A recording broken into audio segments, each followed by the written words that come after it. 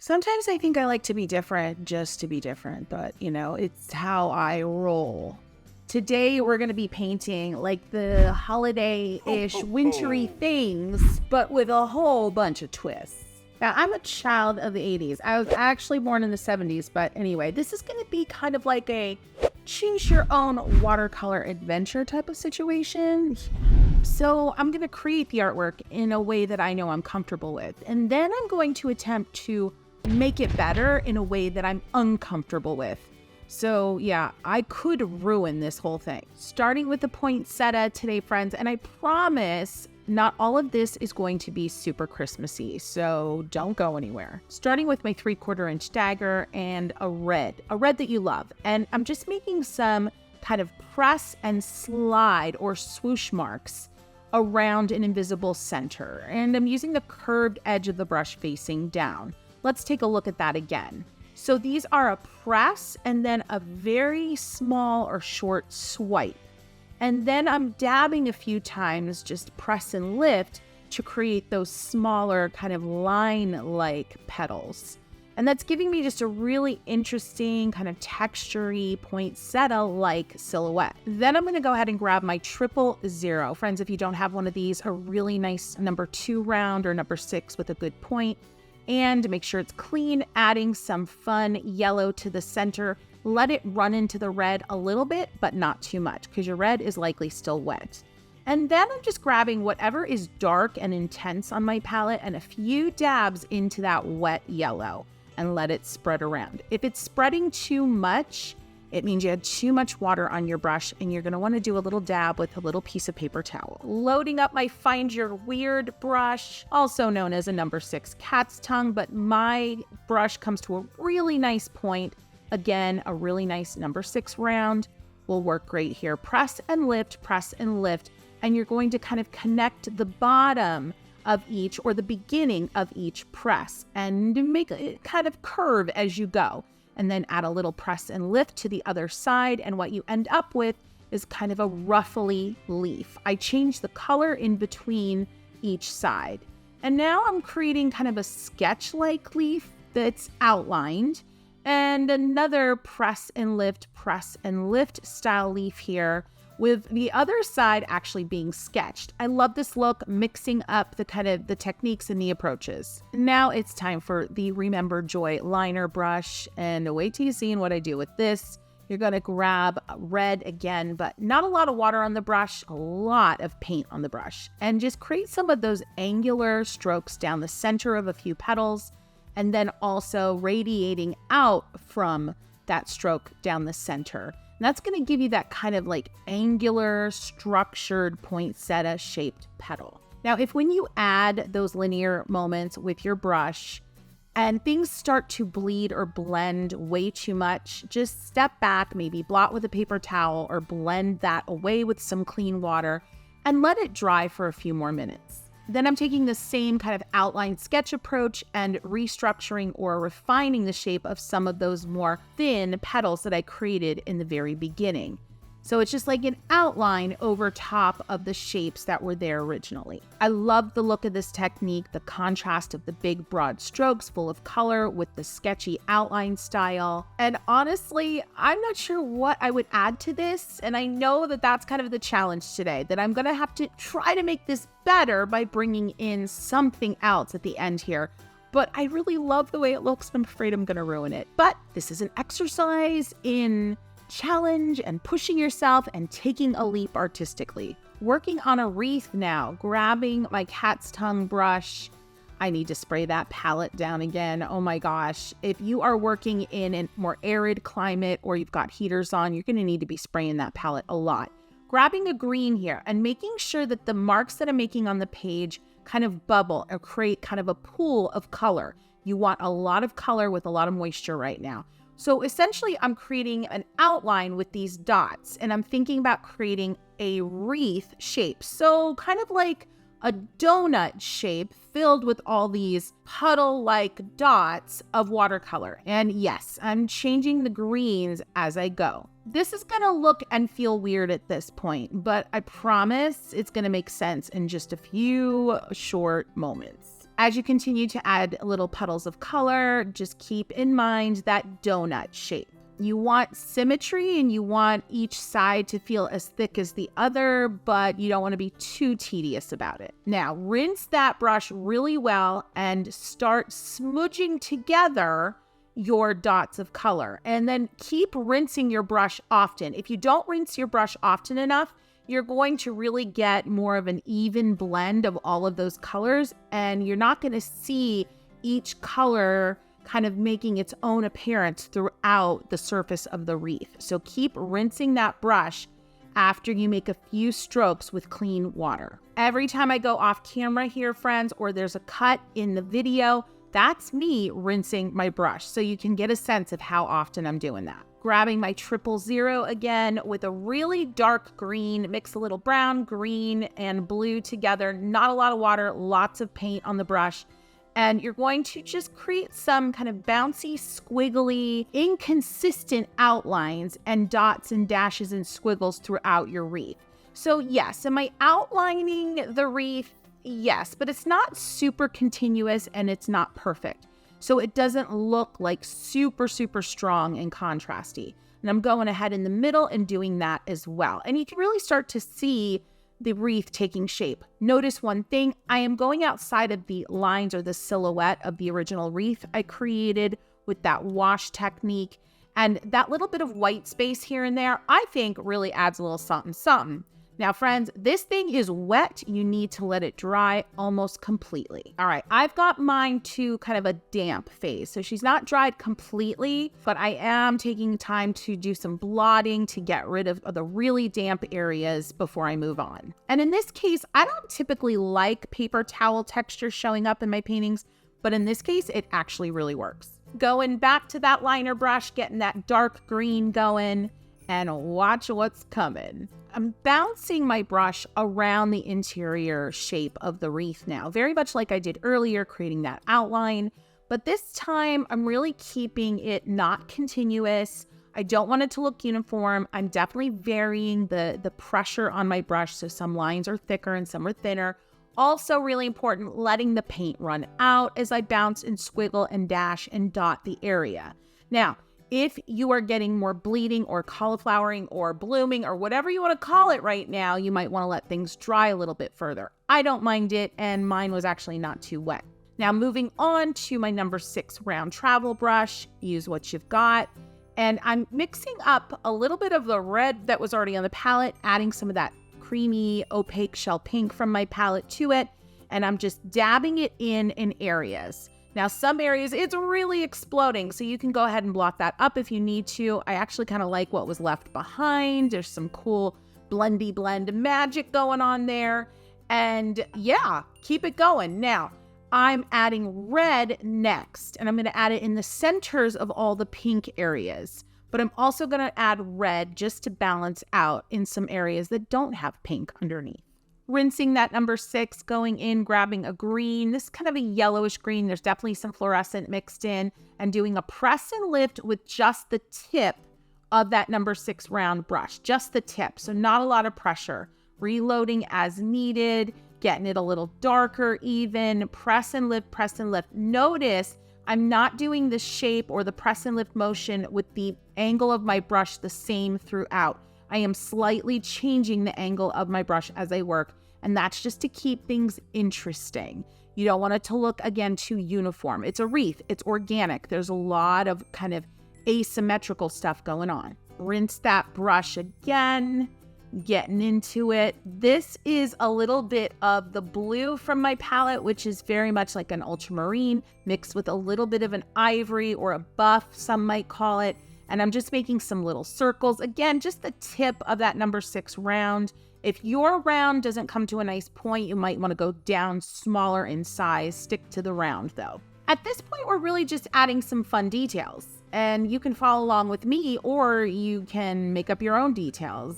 It's all about just getting a fullness, texture-y moments, and interest. I just can't resist bringing in a little Holbein gouache here in white. I've been using a lot of this lately and really enjoying the intense opacity of it. It's very similar to the gesso that I typically use.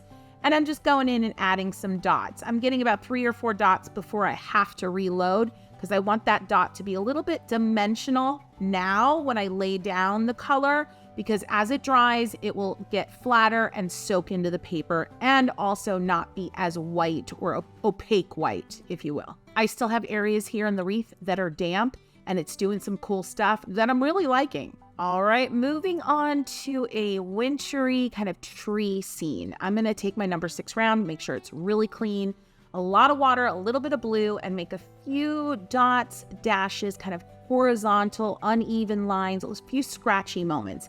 And I'm just creating a suggestion of a foreground here, and then I'm going to build my tree within and on top of it.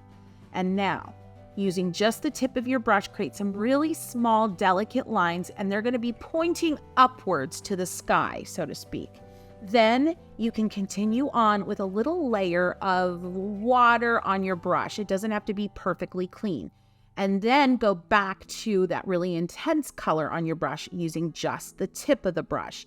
And repeat. Rinse your brush, get it damp with clean water, go underneath the marks that you just made of the more intense color, kind of drag down with some scratchy brush strokes.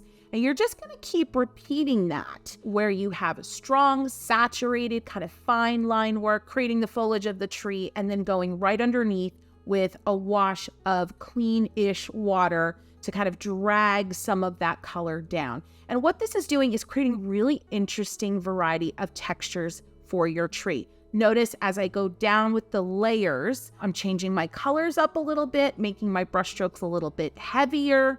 And also, of course, each row or layer is getting wider. And this is just a really fun approach, a little bit different approach to a classic evergreen. You can go back up at the top of the tree here, add a few dots, a few more really fine lines to really give that top of the tree definition. And now I'm going to my final layer, mixed a little brown into it. It's a little dark, but I know that the water above is going to soften it a little bit.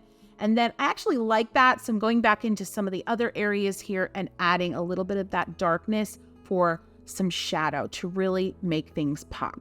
Little suggestion of a trunk at this point. It doesn't have to be perfect because you can refine it later. Rinsing my brush really well. Haven't switched brushes if you'll notice, and I'm getting that really watered down blue again, and just adding some dots, dashes, some repetitive lines that kind of like stack on top of each other to give a sense of like a little pile of snow, a subtle snowdrift, maybe just a sense of maybe the snow is falling onto the ground. And then let's get into it. I'm going to add a sky, a really intense sky behind. And I'm going to kind of keep a margin of white between these heavy blue brush strokes and the edge of my tree. And just see how I'm working that out, adding water as I go towards the edge of the paper and letting the intensity of the blue really be intense as it nears the tree. And I'm not going to go all the way out to the edge of the paper. There's just something about that like kind of unfinished edge that you can create in backgrounds, and I love it. So the point here, friends, work around the edge of the tree, work kind of quickly because we're going to add a little detail next that really, really is wow factor when the paper is still wet underneath. All right, now got that sky in. I'm just making sure that I'm filling in all these little white areas for the most part. Leaving some behind is okay. And again, grabbing my white gouache. If you don't have white gouache, you could use acrylic here or gesso. And the 000 and a few dots into that damp, intense blue. And look, you have falling snow. This is so good. They're exploding into the blue a little bit. They will continue to burst into the blue as time goes by. Just make sure there is a lot of that white gouache on your brush. You don't want to go light-handed here because as the white soaks into the blue paint underneath and then into the paper, that white's going to get less and less obvious and it's going to get dulled down. So you want to make sure you've got a lot of paint on your brush so it stays as white as possible. Now I'm rinsing my 000, going in with a little brown to, like I promised, we're going to define that trunk a little bit. And oof, I love this one. This is going to be scary for me.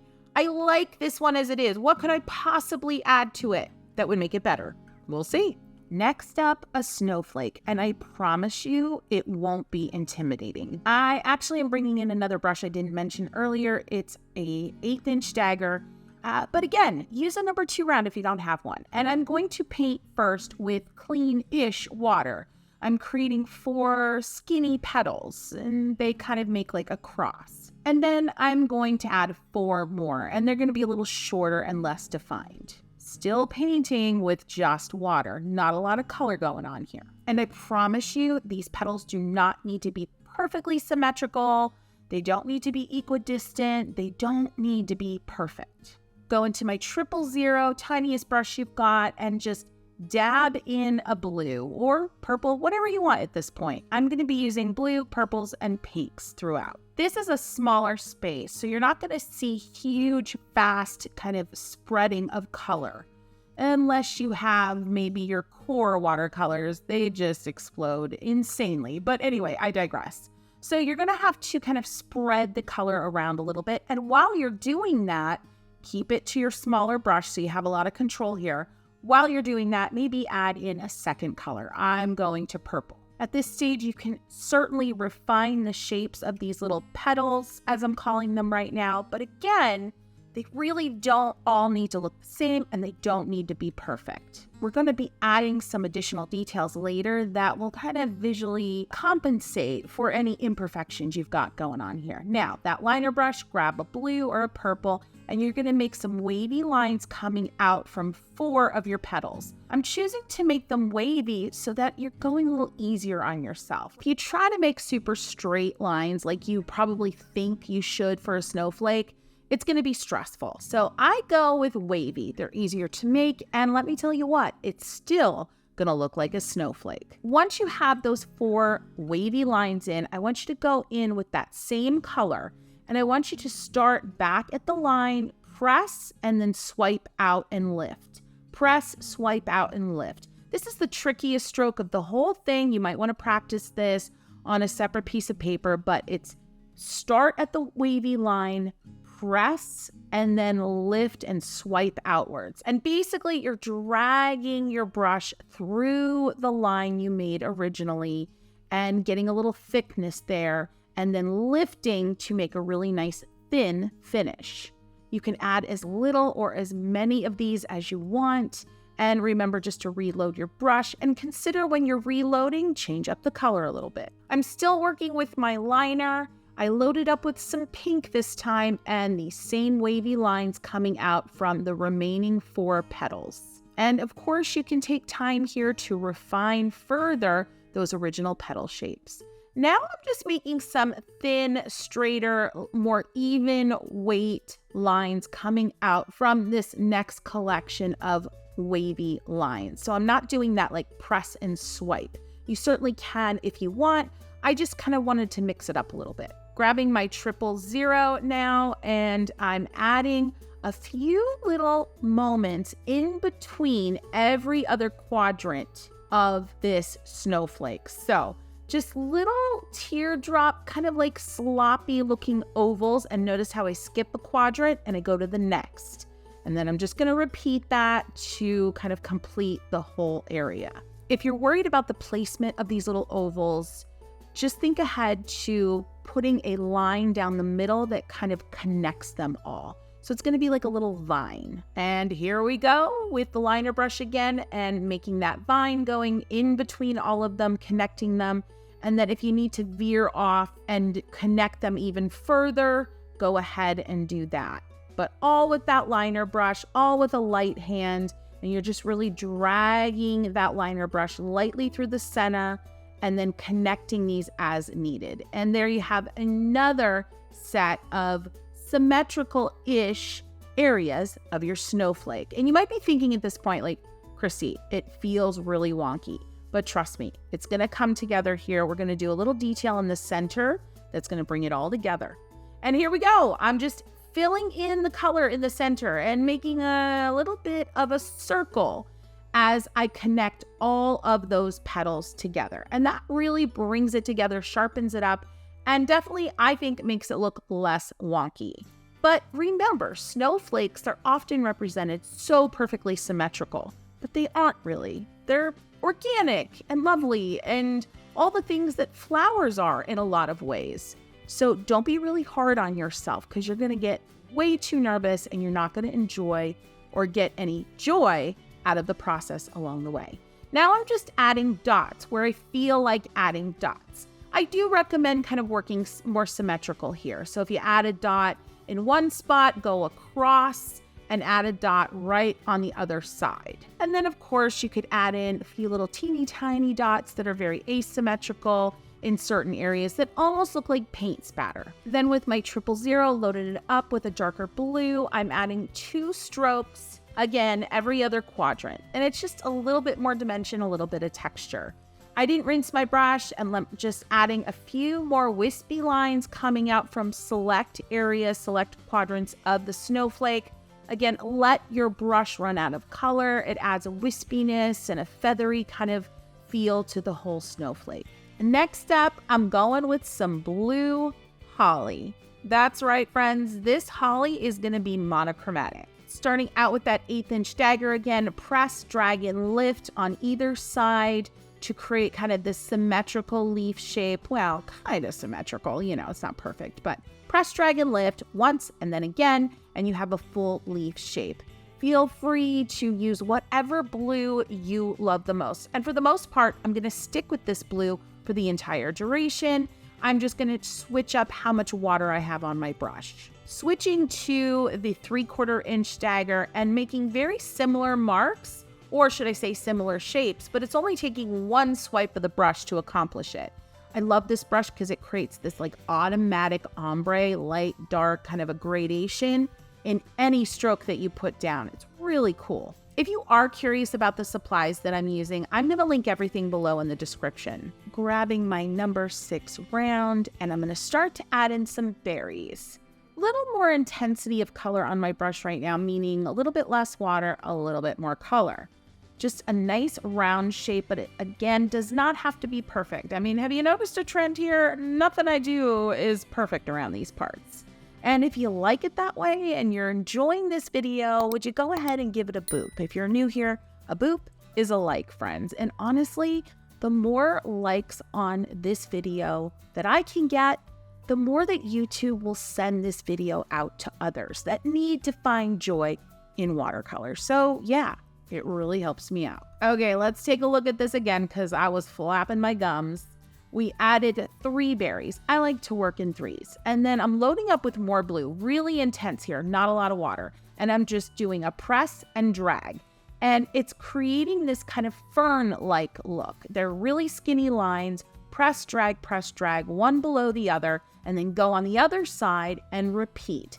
And those lines are getting a little bit shorter as you get to the point of what is now your fern or your filler greenery or bluery, or yeah, you know what I mean. Now I'm just continuing on. I'm creating a similar shape to the leaves that I started with, but I want them to look a little bit more like the side view of a flower. So I'm making them a little longer. I'm making them a little boxier, so more pointed at one end and less pointed at the other end. And I don't want this to scream flower. I just don't want it to look like all the other leaves I created originally.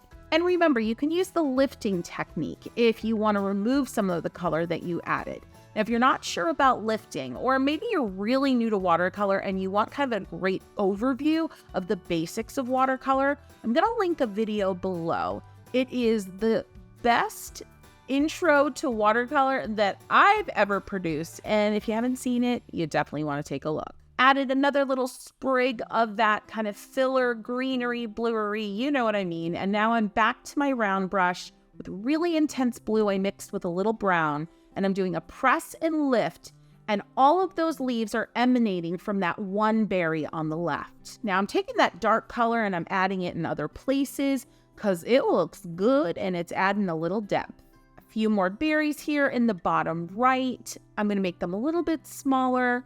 And that was really dark for that berry, so I rinsed my brush and adding a little bit of water around the dark berry that I originally painted, and that's kind of blending and creating a little bit of a lighter effect. I'm just going to make another sprig of filler bluery. Now, I let everything dry to the point of damp with the blue holly, and I want to add a little bit of refinement and detail, very similar to what I did with the poinsettia. So I'm pulling out the liner brush and my white gouache, and I'm just getting into it with a little bit of angular details down the center of the petals or leaves, and a little touches in the berries. And oof, this just gives it that wow, that like, And you know what? I'm nervous because I don't know with the way this one's going with adding that white.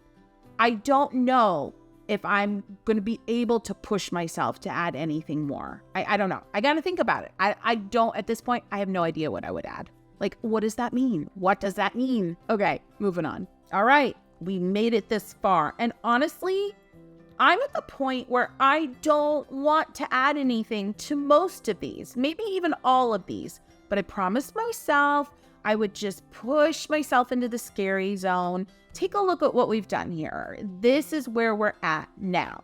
Would you add anything to these? Or would you be like, I'm just going to leave well enough alone? Head into comments. Let's discuss it.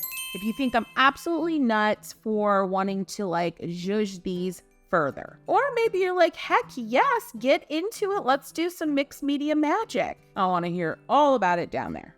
So I think it's important to stop here for a moment before I continue on adding all the scary stuff. I want you to get really comfortable with being uncomfortable in your art making. Because I'll be honest, that is where the joy lies. I talk a lot about joy, a lot. And joy is that deep thing, that untouchable feeling that happens when you're creating or whatever it may be that you do that kind of like lights you up inside. That's joy. And nobody can touch it. But real joy comes regardless of what your art looks like when you're done. So the more that you can push yourself into places that feel scary, the more that you can encourage yourself to add a little something just to see what happens, even though you might actually like ruin the artwork, the more you can do that, the more joy you are going to just scoop up out of this experience. So I'm ready to chase some joy. You coming with me? First up, the poinsettia, and this one's hard for me because I really like where she's at, but there's kind of this like little twinkling in my soul that says a little pencil might do her good. I don't know, so let's get in there. I'm just gonna add a few little scratchy loop-de-loo moments, kind of like those lazy ovals of your meaning earlier in this video. My gosh, friends, I'm glad you're here, but I am a wild ride. I'm a crazy girl. I never know. You just never know what's going to come out of my mouth. So what do we think of the pencil? What do we think? Do we think it ruined it, or is it making it better? I'm adding this like little bit of shading. This was an idea I had a little bit earlier, and I was like, oh gosh, it could look messy, but it could look really cool. Yeah, and this is just like a straight up standard number 2 pencil. I don't know. I'm kind of digging it. A little bit more of that sketching in there. And this part won't have any watercolor in it. Okay, so ruined it or made it better? Let me know. Moving on to, what do we do next? The wreath. Definitely pulling out the Flair pen for this one. I cannot remember which side is up. I guess it really doesn't matter. And I'm just going to start by defining some of these pinkish reddish areas as berries.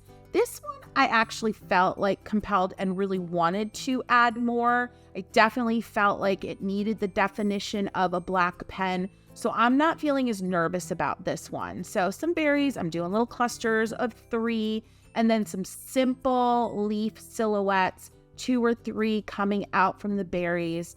And this is just adding a layer of definition and detail that I think is really a fun contrast to all of the more washy watercolor stuff that's going on here, but also pairs really nicely with some of the bouncy squiggly line work that I did earlier with that. Did I do it with the liner brush or with the 000? Whatever, the little tiny brush that I used earlier. Is this something you would have done? And you don't need to go into comments. People sometimes get annoyed with me asking you to go into comments too much, but I just want to like ping your artistic soul. Like, ask yourself these questions as you finish or think you're finishing a painting. Does it need something else? Could I make it better by adding some mixed media, some pen, some pencil? Am I scared to add it because I think I'm going to ruin it? Maybe this is a good opportunity to push myself. This isn't just me rambling on and on and on. These are all questions that you can ask yourself when you think you might be finished. And again, this is all in the name of stretching yourself to being more and more of a risk taker, because it's in those risk moments that you really dig deeper and find those moments of joy that no one can steal. Okay, enough waxing poetic. We're moving on to the tree. I really like this one too, but I'm pulling out the Sharpie. I'm going to get uncomfortably jiggy with it here, all right? Na, na, na, na, na, na, na. Okay, How Much Did I Age Myself? Do you know that song? Anywho, so I am going almost perpendicular to the page. This is something I tend to do, especially if my Sharpie is old, and this one is. So hopefully Ralph, my editor, hey Ralph, let's give him a hey, switches over to the B-roll because I want you to see what I'm doing. Anywho, but it's important for you to know how I'm holding this. So essentially, let's take a look at this again, and I'll start over. So essentially, I am adding some squiggly lines, pointed lines that kind of dance along the underside of each of those layers that I painted earlier.